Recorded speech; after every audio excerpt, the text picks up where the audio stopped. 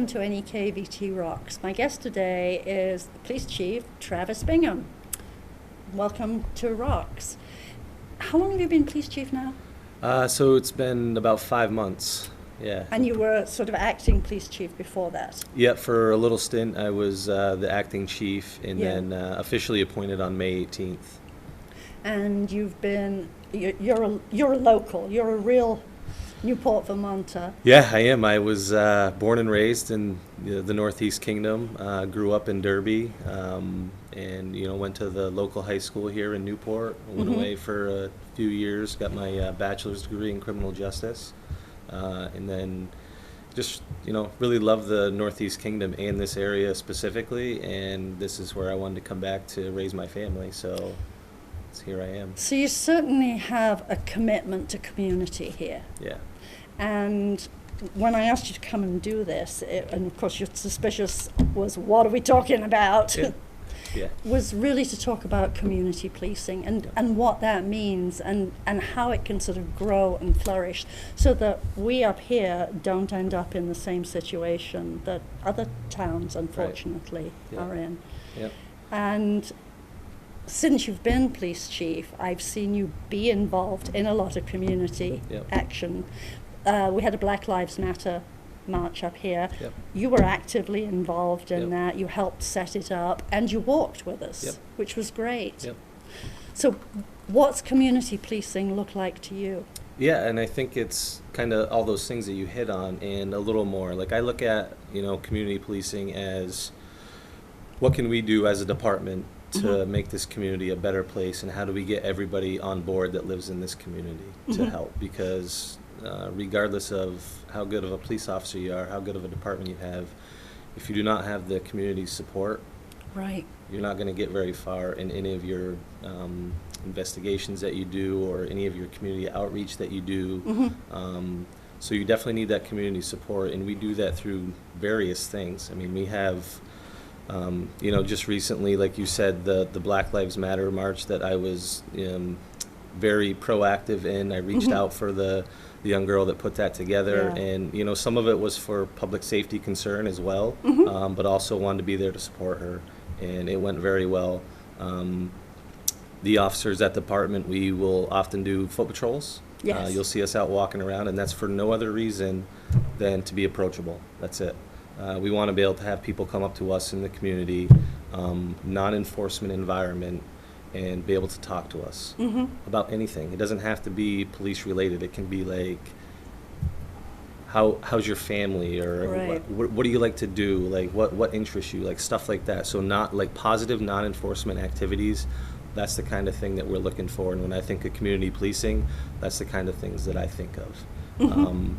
Do you walk around all of the neighborhoods? We try to, yeah. I know a lot of times the guys might, we're not going to probably take off from the office and walk all the way over to the other side of town, I guess you could say. But yes. The other side of the tracks? Yeah, occasionally we'll park the cruiser in an area and then we'll get out and walk. And I know for me personally, like, I like to drink coffee, right? So who doesn't like to have a cup of coffee? So, myself and a couple other officers will go to the local convenience stores and we'll have a cup of coffee, and we will literally just sit there and talk to people when they come in. And it has really nothing to do with other than, hey, we're people, you can approach us, Right. you can talk to us, you can trust us, for one.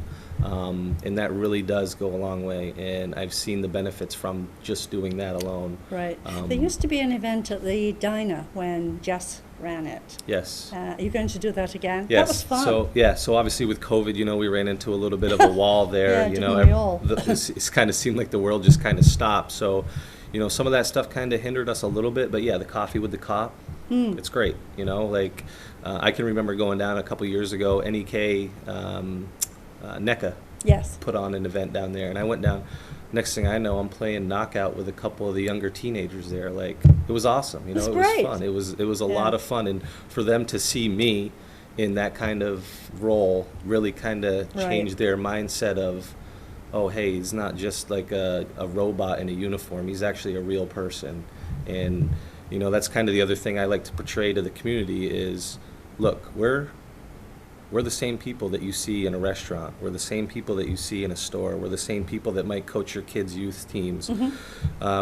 That's all of us. That's what We're we your all next do. door neighbors. Yes, exactly. Like I encourage all of our personnel at the police department, be active in youth, anything youth outside of work. Like, be the coach. I'm a youth coach for hockey, softball, and recently just got the varsity position at the high school to coach the softball team. Like, and of course I have a passion for sports, so that's what I Right. like to do. But it just shines me in a little bit different of a light that people know Yes. that, hey, look, this guy's just not all about going to work every day and, you know, trying to put everybody in jail that he can. No, I'm in this community because I like it and I want to see it do very well. And so those are the kind of things that, you know, when I think of community policing, that come to mind for me. Right. I used to live in Philadelphia, where, of course, there's a whole different mindset about police and Yeah. policing. Yeah. They used to have an event called Kiss a Cop.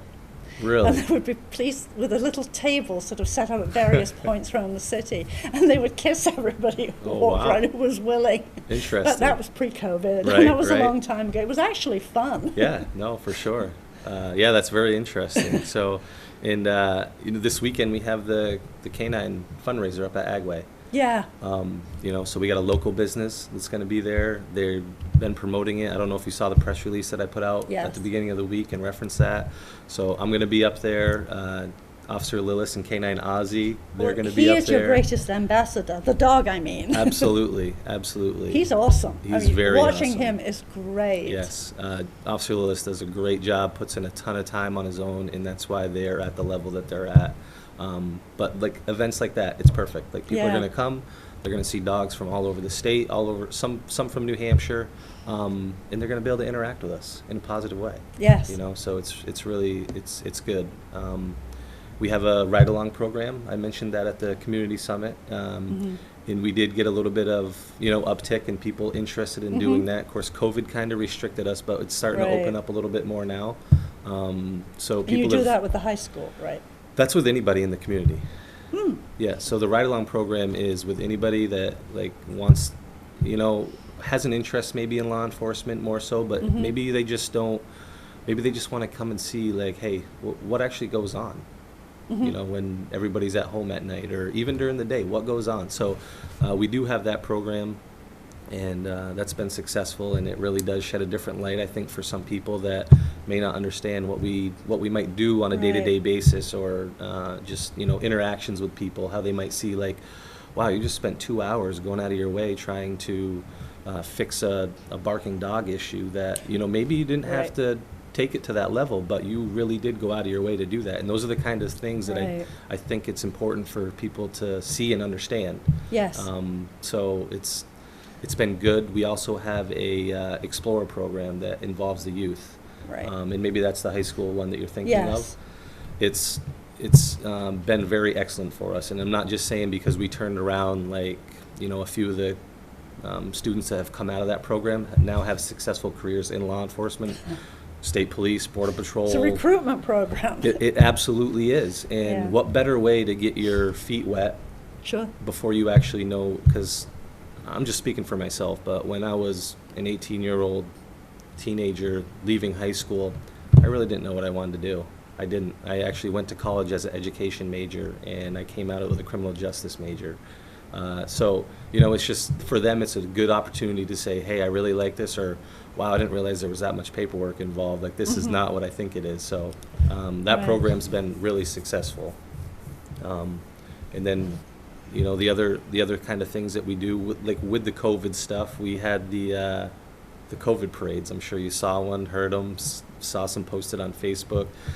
We actually did one that was just across the street for a young boy that had a fascination with Ozzy, Canine Ozzy.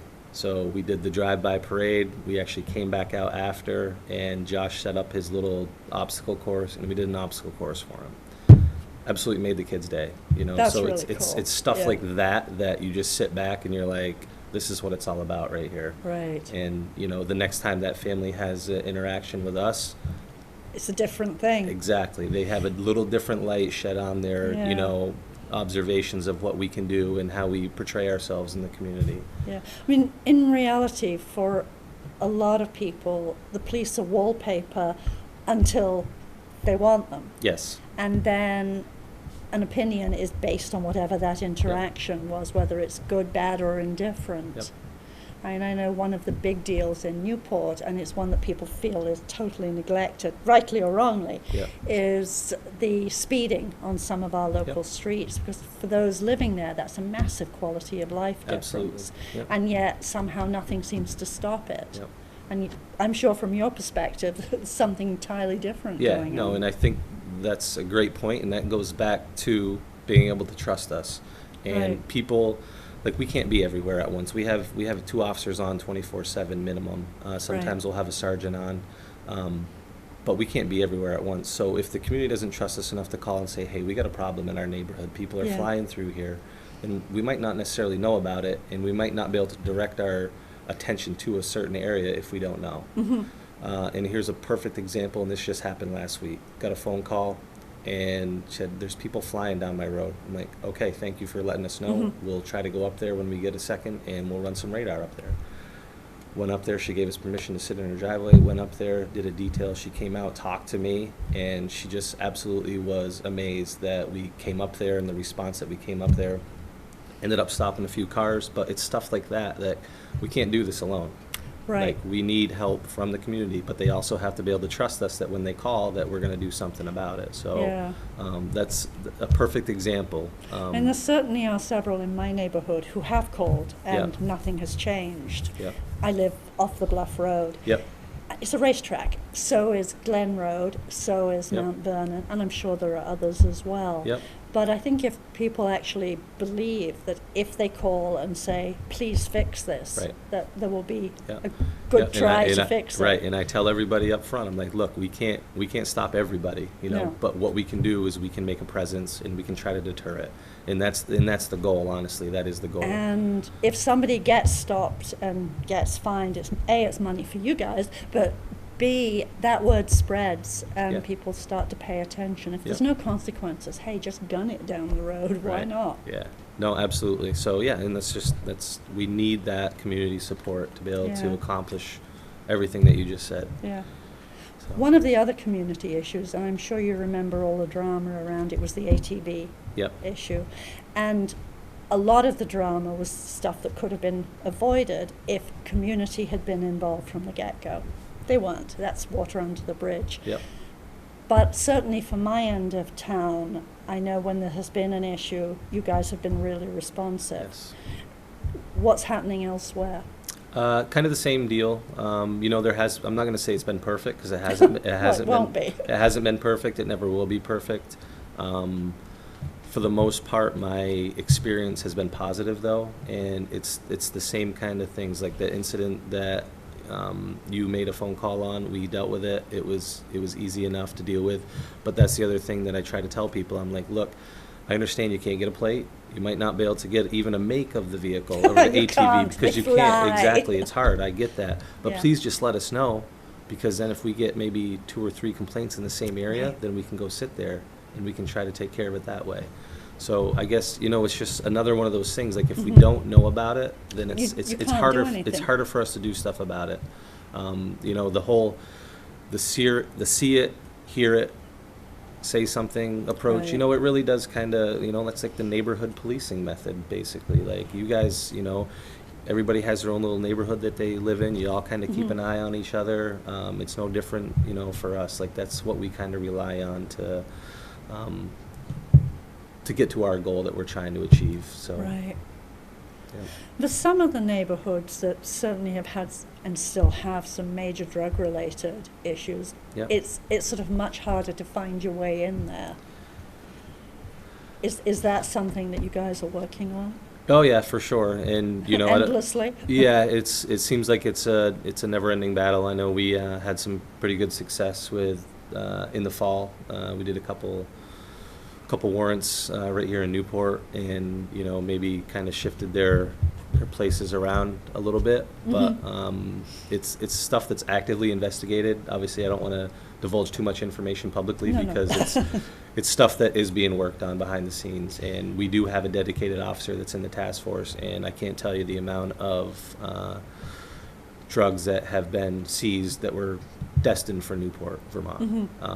So yes, is it a problem? Absolutely. I would never disagree with anybody on that, and it's just, you know, trying to get the most bang for our buck and trying to make sure that we make it uncomfortable for people that think they want to come to Newport and set up shop to deal drugs. It's not going to happen. So in those investigations do take some time. Yes. You know, it's Though the that's public's- probably one of the things where a very visible police presence walking Yep. those streets Yep. makes a difference. Exactly. Because you're much less likely, I assume, Yep. to want to offer to sell your wares if there's some cop strolling by you. Right. Yeah. No, for sure. And that's all part of the foot patrols, is being visible, being seen, make them deter from doing what they want to Yeah. do.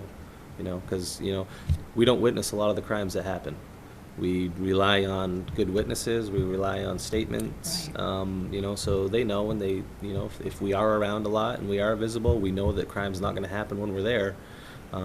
So that's, you know, that's the whole plan, is to try to, you know, be out as much as you can, be visible, and Right. I mean, Newport doesn't appear to have some of the same mental health issues that some of the other cities do.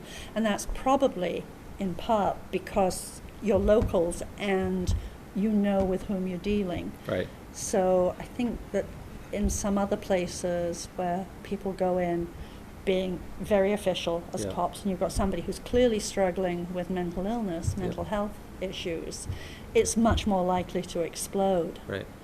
Do you have a working relationship with some of the mental health organizations here? Yes, we do, and I think that's been successful, and also the fact that it is a small community here. We know everybody. Right. You know, a lot of the people that we have interactions with on the mental health side, we have dealt with them before. So we know, like, all right, hey, this is what this person needs for resources. Let's go make sure they're safe, make sure they're not Yeah. going to harm themselves or somebody else, and then we'll get them in touch with the right people that they need to get in touch with. And we have monthly risk meetings. It's like informational sharing meetings with community stakeholders. So Northeast Kingdom Community Services there, I'm there, the sheriff's there, NECA will be there, area Yeah. agency on aging's there, and we will just share information, granted that they have some HIPAA laws that they have to follow, but they're listening. Yeah, So if and I that's important. So if I say, hey, we've been dealing with this person for 3 days in a row, they've been calling, they're not committing any crime, but Mhm. we've been over there 3 days in a row, and I think that might be a good time for an intervention or something like that. They're taking notes and they know. So that's been helpful. Yeah. And if you don't have those meetings and share information, then people don't know. So how do you fix it, right? Right, exactly. So in part of it is on us to make sure that when we're dealing with somebody in a mental health crisis, that we make sure we're getting them the resources Mhm. that they need, either during or after the event. So Mhm. I think our relationship with Northeast Kingdom Human Services has been good. I hope it continues to go that way. And I hope so too. Yeah. I mean, one of the things that, as an observer, I've seen that finally did get handled was an issue with panhandling. Yes. And again, as somebody who's not from here Yeah. and has lived in bigger cities, my response to panhandling is yeah, and it's Exactly. everyday occurrence. Yeah. But it's a big deal up here. It is. So as I watched how that situation got more and more crazy, Yeah. and that had nothing to do with the panhandler, it had to do with people from Newport Yeah. and organizations Yeah. and family members. Yeah. I mean, it just exploded. Right. And the panhandler, meanwhile, carried on quite happily asking for money. Yeah. But somehow that's been resolved through time. He's still around, Yes, but he's not begging. Yeah, so he is still around, and I actually had a conversation with him last week, and I actually walked with him up Main Street and just talked to him, see where he was at, see what was Uh-huh. going on. It was a good interaction Yeah. with him and I, and that's another example of, I remember going to a meeting when this was pretty heated up at the point, Yeah. and it was like, what can we do to help this individual Right. stop panhandling, basically. And it's not illegal to panhandle. It's not illegal to ask people for money. And it was just getting to the point where people were like, don't bother me. Like, he's approached the same person 12 times. They don't want to Yes. give him anything. And I think that was part of the issue is, if you're in a big city, people can just ignore you, right? Because Right. they might not ever see you again. But when you're in Newport and you're on Main Street every day, everybody sees you. Yes, and So- everybody knows you. Exactly. So I think that was part of the issue. And then I do know there was several interventions that were tried I for know. resources, and you know, I don't want to push all the blame on any individuals, but there's gotta be a little bit of self-want sometimes Oh, to absolutely. be able to help. Yeah. And I think it got to the point where, you know, he was arrested several times. Right. And not that that was the right way to go about it, but there was crimes that were being committed, and we didn't have any Right. other choice. Mm-hmm. And I think after that, when he actually got into the court system, is when he Mhm. got the help that he needed. Yeah. And I guess, you know, did it work out? Sure, he's back in the area now, and I think conversation I had with him last week was good. So Mm-hmm. let's hope it keeps going in that direction. Yeah. So, yeah. Do you get involved in issues of homelessness? Not a ton. I have had people contact me before. You know, and if we do have somebody that we come across that is homeless, then we will try to give them some contact information either through NECA or 211, Yeah. and try to get them the help that they need if they're really, you know, some people want to be homeless. Some people don't want a place to live. Like, that's just the way they. We had a gentleman that was recently in town, and he's not around here anymore. And we tried everything to get this guy everything he needed. He didn't mind sleeping in his tent wherever he wanted to pop it up, and he's moved on. He'll come to a place for a few months, and then he'll pack his stuff up and he'll go to another place for a few months. And so some people don't mind it. I think that's kind of their lifestyle because they don't know any better. But yeah, if we come across somebody homeless that, you know, needs some help, then we'll get them in touch with the right people. So, and NECA's very supportive of all that stuff, and I've seen them personally put people up at hotel rooms until they can get their Right. feet under them.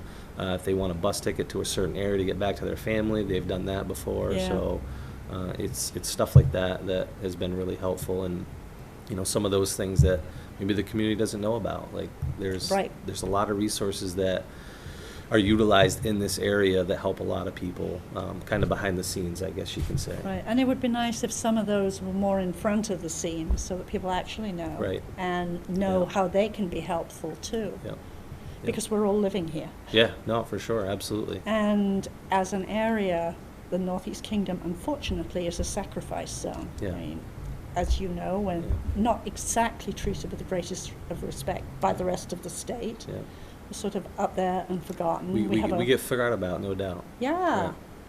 We have a prison with no resources for Yeah. people afterwards. You get stuck with that. Yeah, I mean, you get that from both ends because right. you place people in there, and then when they come out and there are no resources for support, Yeah. so where on earth do you go with that? And we have a whopping great hole in the ground. And I bet you could use more staff too. Yeah, so we're actually currently almost up to full staff. Oh, that's great. It is great, and I don't, you know, if you turn on the TV right now nationally, like, law enforcement's not getting a good rap right now. So, you know, who wants to start their career in law enforcement right now? Nobody, right? So we're actually sitting in a very good position, and I'm really excited about the opportunities for the new hires that we have. Mhm. So. How are you guys handling the call for defunding of the police?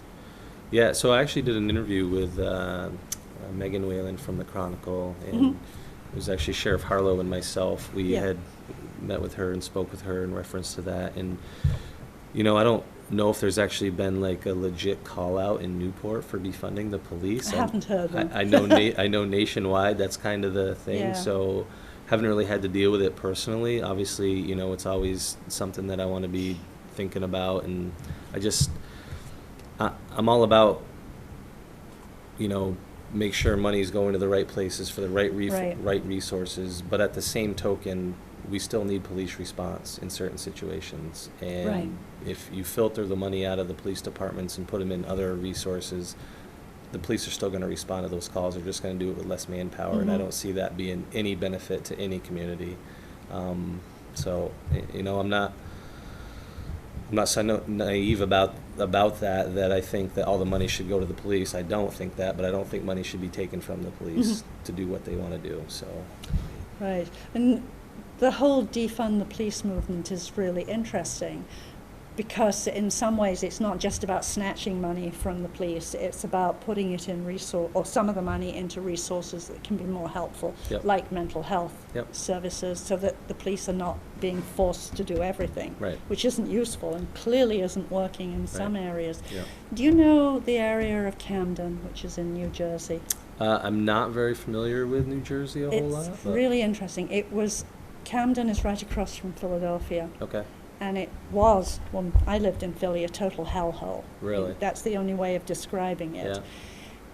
There were several incidents there, and they did defund the police, but built a whole bunch of other services around there. And it's a really interesting model to look at. I'll send you a couple of Yeah. links for it. It's fascinating. Right. Yeah. No, for sure. Of how Yeah. the police have now, they've turned Camden around. You wouldn't believe the difference. Right. And I knew it before. Yeah. It really was rough. Yeah. But it's a whole different place now, and people are enjoying living there again. Nice. Because it freed up the police to do what they really were supposed to do, which Right. is serve and protect. Yep. Isn't that the moniker? Absolutely, yeah. Yeah. And I don't disagree with that. Like I think, there's a definite place for mental health counselors to be, Yeah. on the scene and intervening at the moment of crisis. That doesn't necessarily have to fall on us. No. We definitely get stuck, and I don't want to say get stuck. We're going to respond to those calls regardless, because we have to make sure that everything's safe. We have to make sure the Absolutely. scene's safe, the person's safe, other people are safe. But after we recognize all those things and everything is safe, then that's the point where the mental health worker could intervene and Yeah. have that instant crisis intervention right then and there. Right. Yeah. I mean, I'm a social worker, Yeah. amongst other things, but back in the days when I was having to go into people's homes and either remove their kids or section somebody, it was really nice to know there was police backup. Yes. Not that somebody was going to go in ahead of me with guns blazing, Right. but Yep. that was absolutely Yeah. not what was wanted. But it was really nice to know there was that Yeah. security. Absolutely. Yeah. And to have expected the police to be the ones to go in and take out the kids Yeah. or drag somebody off for psychiatric help Right. just never made sense. Yeah. No. So yeah, and I think we do that. We still work with DCF on stuff like that right now, and we work with Human Services on stuff like that now, and it works. In the last few minutes, what would you like people up here to do in relation to you? How can community members in Newport Yeah. help you so that you can then help the community? Yeah, I think just talk to me. Like tell me the issues that you see. Like if I don't know everything that's going on. Yes, I Right. do, but I don't. If I would say talk to me and tell me, call me, email me, whatever it is. I'm very responsive. I try to talk to everybody as much as I can, and Sure. I like that interaction. And I want to be able to be, the kind of chief in a small town that people can come to and they can talk to Mhm. about problems, and then we can come to some kind of resolution and try to fix that problem. So I would say if there's issues that you see, talk to me. And I'm approachable, and that goes for any member of our department. Mhm. That's, maybe they don't feel comfortable coming in and setting up a meeting with the chief or whatever. That's fine. We got plenty of officers that will go out of their way to sit down and have a conversation Yeah. with you off the book. So I think It is a that's- little intimidating walking in to the municipal building, pounding on that little piece of glass, and, Yep. or if you can even get into the building Yeah, now, absolutely. because of course you And can. I would say, I said, meet me at Cumberland Farms for a cup of coffee. Meet me at Maple Yeah. Fields for a cup of coffee. Totally nonchalant, and we can just have a conversation. So that's, for me, I want to be approachable, and I want to be able to know like what the community's problems are that they see in their eyes, because what I see might not be the same as what somebody that lives in this Absolutely. neighborhood sees. So I want to be able to understand it from their side too, so I can help fix any issues or So problems. setting up a regular Maple Fields meeting place would be a good idea. Yeah, It would actually. Absolutely, yeah. Yeah. We go a lot, and it's off the cuff. It's not scheduled, and Right. we literally will have conversations with citizens that come in the door. So It's easy enough for people to walk in there and see you. yeah, absolutely. And to know then that you're approachable Yeah. is really And useful. that's a big part of it is take the sunglasses off. Don't Yeah. sit behind your cruiser with the windows up. Like Yeah. just we're all in this community. We all live here. we all are the same people that go to the grocery stores, restaurants, coach kids, sports around here. Like, we're all in this together. It's not us against the community attitude. It's what can we do to make this place the best? And if we don't know about it, then we can't fix it. Yeah. And at some point in the future, hopefully we're not wearing masks. I mean, you and I are not in this room, but we are distanced. Yeah. But it would be really nice to meet people on the street unmasked so that you can actually see a face. I totally agree with you. Yeah, I know. So, yeah. Anyway, we are out of time. It goes really That fast. did go fast. Thank you so much Yeah. for coming in. I would like to have Ozzy come in, but you know. Well, maybe we can set that up sometime. He's not really very talkative. Well, But that thank would you be very great. much, Pam, for having me. I Well, appreciate thank you. it. Yeah. Thank you for coming in. Yeah.